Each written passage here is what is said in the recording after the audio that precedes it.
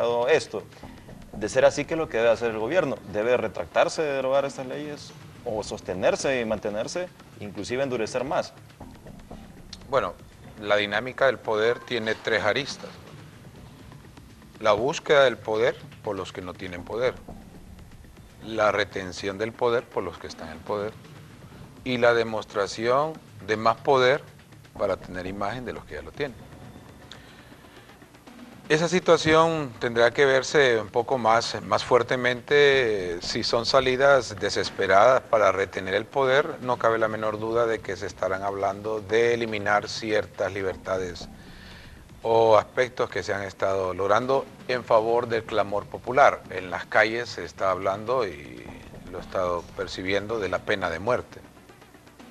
Que queda también se está mencionando. Sí, igual. Entonces, ese tipo de cosas hará, como todo gobierno, tendrá que hacerlo, ¿verdad? Así le ha pasado en todos los países, tendrá que analizarlo y evaluar la aplicabilidad de la misma, qué acontecerá.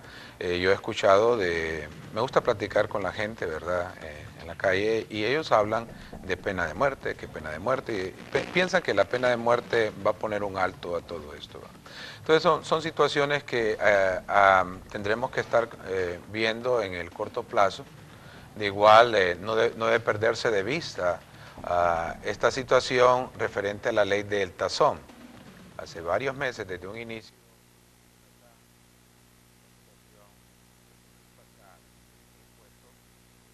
un engendro, una mutación de la idea original, porque lo que estaba pidiendo Washington al Triángulo del Norte de Centroamérica era precisamente de que se llevara un control bancario de las aportes de personas que están, usted sabe, el sistema bancario nacional tiene un exceso de liquidez cerrado en el año pasado de más de 75.000 millones de lempiras, que no se sabe por qué es que tenemos ese exceso.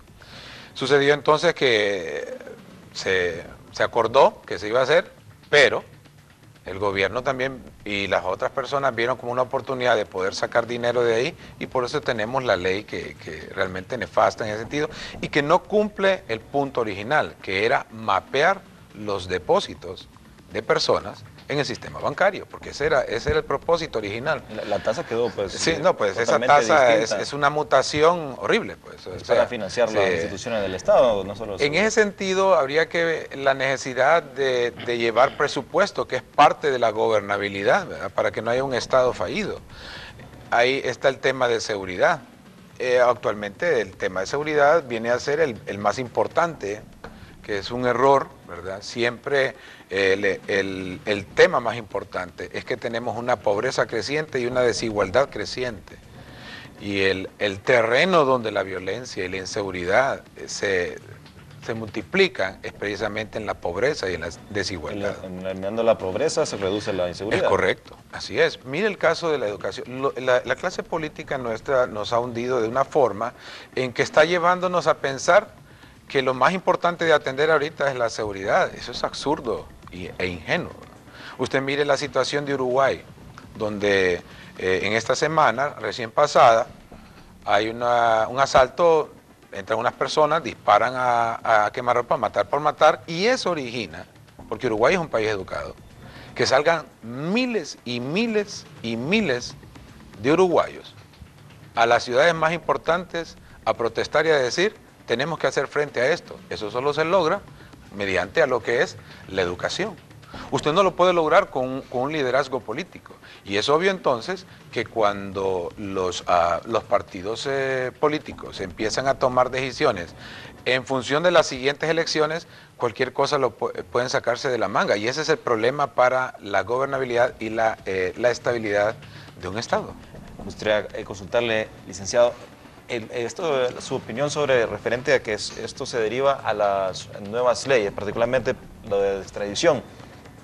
Pero los asesinatos de periodistas se vienen desde mucho antes. ¿Considera que quizá el de Landaverde y el específico de Alfredo Villatoro sean a consecuencia de esto? Porque habrá sido anteriormente, los asesinatos de periodistas vienen de hace 3 años, se han multiplicado. Hay que diferenciar dos cosas, el asesinato de más de 20 periodistas y el asesinato de Alfredo Landaverde el incendio de la cárcel de Comayagua, el incendio del mercado de Tegucigalpa, el derribo de las torres de energía eléctrica de Tegucigalpa y esta semana el asesinato de Alfredo Villatoro. En el tema del asesinato de más de 20 periodistas, tenemos que decir enfáticamente, compañeros y amigos televidentes, que no hay un resultado de esas investigaciones. Y esto es un enorme fallo de la policía. Y es sorprendente cómo las autoridades, se quedan silenciadas ante este tipo de acontecimientos. Y en el mundo entero se nos exhibe como un país mataperiodistas. Yo, por lo menos en 2 de los casos, he tenido acceso a investigaciones de la policía. Y no tienen nada que ver con política. Ahorita que mencionó, por ejemplo, el tema de la granja penal, en internet circula de una fuente pues, dudosa realmente, pero hay una conjetura nueva de que tiene relación el incendio de la granja penal con Alfredo Villatoro, en el sentido que él estaba haciendo investigaciones y había descubierto pues algunas informaciones que yo creo que eso. Ese tipo de informaciones que a veces salen en internet anónimas precisamente, no hay que prestarles atención. Decía que en el caso del asesinato de más de 20 periodistas, hay que exigirle a la policía que informe, pues muchos de ellos no tienen nada que ver con cosas políticas, tienen que ver con asuntos personales, pero eso no se dice, y yo no entiendo la soberbia de la policía hondureña, porque son soberbios y altaneros, prepotentes e incapaces. No entiendo por qué no informan los avances de investigaciones, porque hay en algunos casos avances de las investigaciones de los asesinatos de algunos periodistas. Ahora bien, tenemos que diferenciar claramente de Alfredo Landaverde, Alfredo Villatoro y los otros hechos que he señalado. No hay absolutamente un móvil de tipo económico, ¿verdad? Eso está claro. Las fuentes de seguridad a las que yo he tenido acceso, tanto en el Ministerio Público como en el Ministerio de Seguridad, hablan que la negociación no iba por el lado económico. Eso fue al principio un distractor para darle tiempo, para confundir a la policía, al gobierno, etc. No hay un móvil de carácter económico en el asesinato de Landaverde, en el asesinato de Alfredo Villatoro. En el caso de Villatoro, por ejemplo, a Landaverde se le asesinó de manera sicariata con una motocicleta, ya conocemos, pero Villatoro, si no hay intención, no era dinero, ¿por qué no se le hizo también de esa misma forma? Porque en el asesinato es una buena pregunta. El crimen organizado y puntualmente el narcotráfico, en el asesinato de Alfredo Landaverde, ha operado de una manera extraordinariamente cruel, como solo los más entrenados terroristas en el mundo lo pueden hacer. Mire, escogieron a una persona muy querida, una persona carismática, una persona reconocida a nivel nacional. Es decir, un blanco realmente significativo para la sociedad. Aparte de todo esto, era una persona cercana al presidente de la República y al presidente del Congreso Nacional. Eso extraña que no hayan asistido. El asesinato de Alfredo Villatoro fue un asesinato muy calculado y muy bien calculado en el sentido de ocasionarle un daño emocional. Por eso es que este es un acto de narcoterrorismo. Es decir, era crear todo el terrorismo es un arma de lucha política para inmovilizar, para aterrorizar, para infundir miedo a una sociedad para que no actúe, para inmovilizarla. Entonces se asesinó a Alfredo Landaverde y a Alfredo Villatoro de esa manera, cruel, como dice usted. ¿Por qué no le dispararon ahí en el momento? Porque justamente generaron, ¿verdad? Aquí la brutalidad y la hazaña, generaron una expectativa durante una semana, una esperanza en el pueblo, que el hombre estaba vivo, que podía aparecer, y de repente lo asesinan.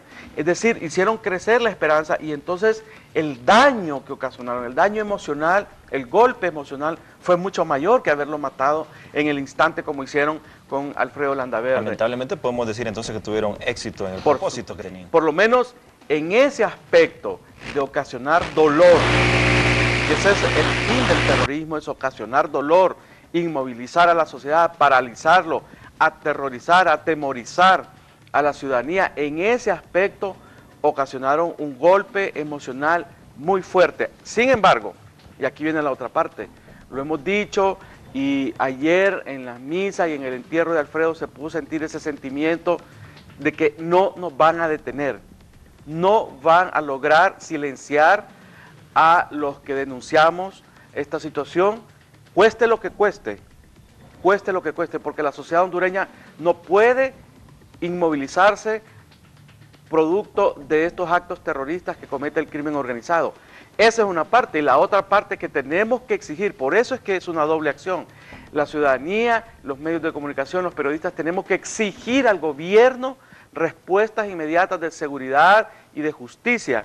Es un doble accionar de la sociedad civil, de los periodistas y de todos los hondureños. No podemos quedarnos callados frente a esto. Me permite, vamos a ir a una pausa comercial. Me quedo con ese mensaje. Antes de regresar con el doctor Omar García, me gustaría que nos hablara un poco cuál fue el mensaje en el sentido de las circunstancias que rodean la muerte, estar uniformado con un pañuelo rojo. ¿Cuál será el significado? ¿Cómo fue el manejo del gobierno? ¿Se considera un aspecto de gobernabilidad que el gobierno pues, maneja bien este tipo de crisis o no? Y lo que dice Edgardo Rodríguez es cierto, hay que mantenerse. Esperamos que los diputados, en el caso del Congreso Nacional, no reculen en el sentido de derogar estas leyes, ya que si se consideran que son consecuencia de la extradición, lo que ha desatado esta ola de violencia aún más, pues hay que mantenerse, no hay que retractarse de este tipo. Al contrario, se debe endurecer más las legislaciones. Vamos a una pausa y ya regresamos.